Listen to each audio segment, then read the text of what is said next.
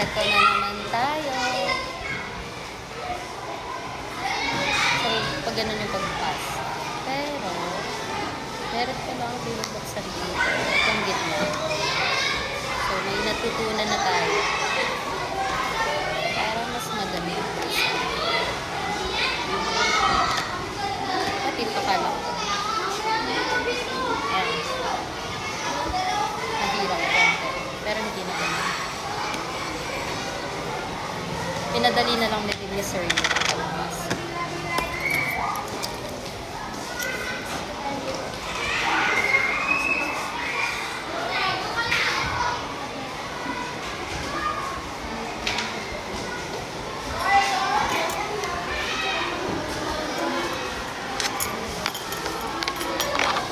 So, 3 PM na, kakauwi lang namin dahil nagkaroon nga kami ng innovation at meron pa akong tirang pagkain. Yes, sinasadya akong nagtitira ng food kasi ayaw kong sobrang busog ako sa school. Kasi kapag sobrang busog ako, parang hindi ganun ka yung focus ko sa pagtuturo kasi parang ang bigat ng tiyan, ayun, tapos parang susi, yun. Tapos, nakakaantok pag sobrang busog. So, kakain tayo. So tignan ninyo ha. Ayan na naman. Mahirap na naman buksan. Oh, legit. Ayun, umikot. Ayun, umikot. Pero, kapag daw bubuksan to, eto na, pag bubuksan po to, yung gitna niya, hilahin ninyo. Ayan. So, ang kinaganda nga naman nito, bakit ganito? Kasi nga, talagang, ano siya, anong tawag doon? Kapag mainit, talagang hindi lalamig agad, ganon. So, yun. Kung mapapansin niyo umangat na to.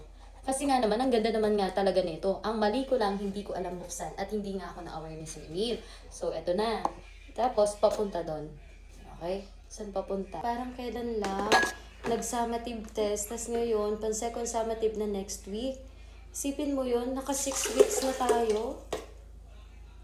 At yun nga, sa mga nagsasabi na for the content, actually, hindi po talaga siya for the content. Alam niyo yung mga ginagawa ko dito, hindi sila mga for the content. Napaka-transparent kong tao po sa inyo. Kaya nga, kung gagawa lang ako ng content, ang dami ko nang pwedeng gawin. Kaso medyo busy po ako kahit nga sa pag-affiliate. So ito nga, maraming salamat po sa information na binigay niyo sa akin kasi mas naging aware ako. Maraming salamat po talaga.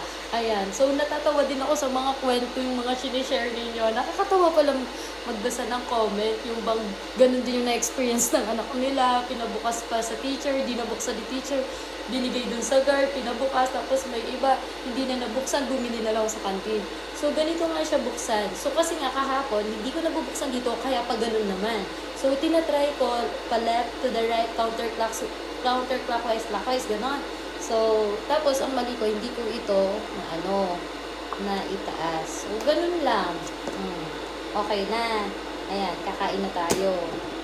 At hindi na ako pinahirapan ni Sir Neil. Isa rin naman kasi si Sir Neil. Kapag basta kasi yan, pag nagpakasara niya na. Ngayon, natuto na rin siya.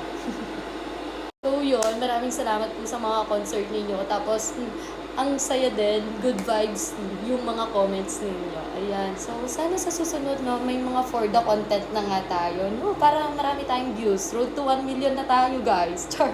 Ito nga, medyo konting nilipasan na tayo ng gutom. Kaya masakit-sakit na yung ulo natin. Ito yung problema ko pag hindi ako nakakain sa tamang oras. Siyempre may tamang dapat talaga, alam niyo sa mga teacher, kailangan talaga natin ng nap time. Yun yung totoo. Kailangan po natin yan. Kaya huwag yung babawalin yung mga teacher na natutulog, yung saglit lang. Kasi power nap po yun para mas may energy sila ulit. No? Tapos ito nga, iniiwasan ko na rin yung nagbi-video sa school. So yun, yung may mga konting video lang kasi wala na akong ginagawa. Wala naman akong ginagawa. Char. Ay nako, kung alam niyo lang po, marami tayong mga kaganapan. Pero yun nga, so para wala na lang masabi. Pero alam niyo, sa school namin, walang ganun. Supportive ang sa school namin. Mga mababait ang sa school namin. Pero yun nga, may mga nakikita tayo sa social media. Do alam naman natin what is the depth and order, which is ako, wala akong nilalabag na ganun. Alam ko sa sarili ko. At chinecheck ko rin yung sarili ko. Tapos tinatanong ko rin si Sir Neil kung may nagagawa ba akong mali. Ayun. So wala. Kasi kung alam niyo lang, behind the story. Char. Pero alam nyo, wala namang masama kung sumasayaw ang teacher. Walang masama kung si teacher nag-a-affiliate. As long as hindi sa oras ng klase, hindi sa oras ng instructional block. As long as hindi niya napapabayaan yung pagtuturo niya, yung trabaho niya, or role or responsibility niya as a teacher. Hindi niyo pwedeng i-compare yung bakit yung mga panahon dati, bakit yung mga teacher ngayon. So, mahilig naman tayo mag-compare, tama? Pero aminin natin, iba na talaga ngayon ang henerasyon. But doesn't mean yung parang lagi na lang ba sasabay sa trending, ganon. Sana nauunawaan nyo ano yung point ko. And wag nyong nilalahat, no? Okay?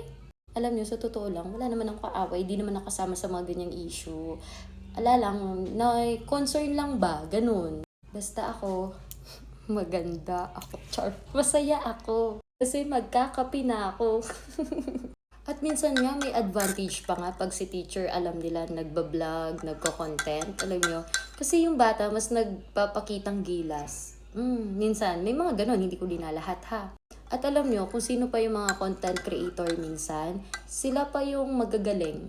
Hindi ko linalahat ulit. Pero alam nyo, hindi malakas ang loob nilang humarap sa ganito kung alam nila sa sarili nila, kundi nila ginagawa ang trabaho nila.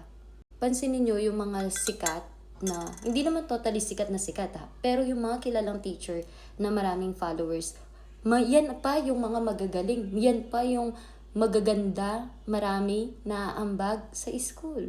And wag tayong puro sa teachers. Hindi natin kailangan sisihin ng magulang, sisihin ng mga bata, sisihin ang mga teachers.